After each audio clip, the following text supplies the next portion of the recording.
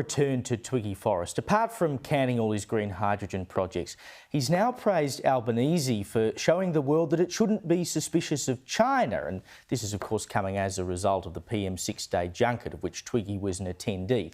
Now, I'm sure none of this has to do with Twiggy's business interests and the nearly $80 billion in iron ore that China buys off Australia.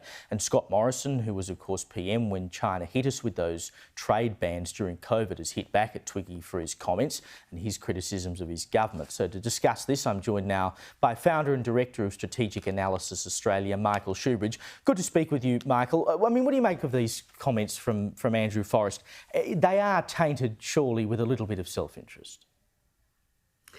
Well, Caleb, I'm really glad he put them in writing because we can see how he behaves and what he thinks. But my reaction to Mr. Forrest telling us we need to love Beijing and they're our friends, we shouldn't be suspicious of them, that's old-fashioned nonsense.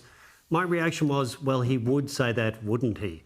Because his company is hostage to the China market for iron ore, and he needs to stay in the good graces of decision makers in Beijing.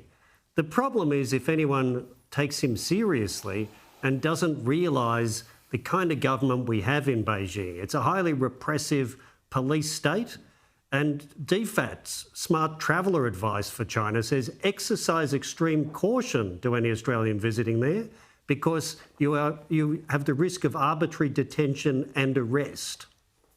This is the problem, though, with having your biggest trading partner also be your biggest potential military adversary. I mean, of course, we understand where Twiggy is coming from. He wants to make money. Go for your life. That's his business. But when we have to walk both sides of the aisle, as we are now, the danger is, and I think Albanese has walked into this trap, is that you become too obsequious to China. And once you do that, well, they can basically do whatever the hell they want. Well, yes, and Beijing hasn't changed because of this newfound love that our Prime Minister has discovered for Beijing and his tour of China. They're still as ruthless and repressive and relentless as they were before. I think Mr. Forrest knows this, but his comments will be very welcome in Beijing, and I'm sure China's ambassador here will be inviting him to all kinds of functions. Well, I hope he enjoys the wine. Now, I'd love to get your thoughts on this meeting between Newcastle's Lord Mayor and the Consul General of China. The Daily Telegraph reported today that the Consul Wang Yu grilled the Mayor, Ross Kerridge, for AUKUS information during a private meeting, including whether the nuclear submarines would be docked in Newcastle. Now, I suppose it's not shocking that he might ask these questions. Of course, China would want to know that. But it must be ringing alarm bells for the government that you've got Chinese diplomats over here, you know, going through the back door to a council to try and gather as much intel as possible.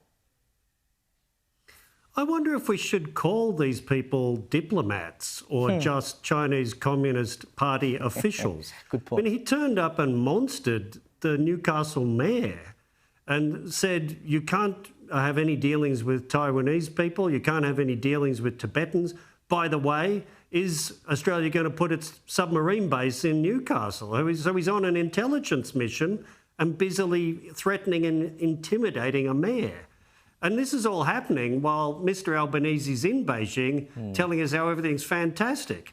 So there's a jarring contradiction here in the behaviour we see from Chinese government officials and this trust and respect we're told we can have for them.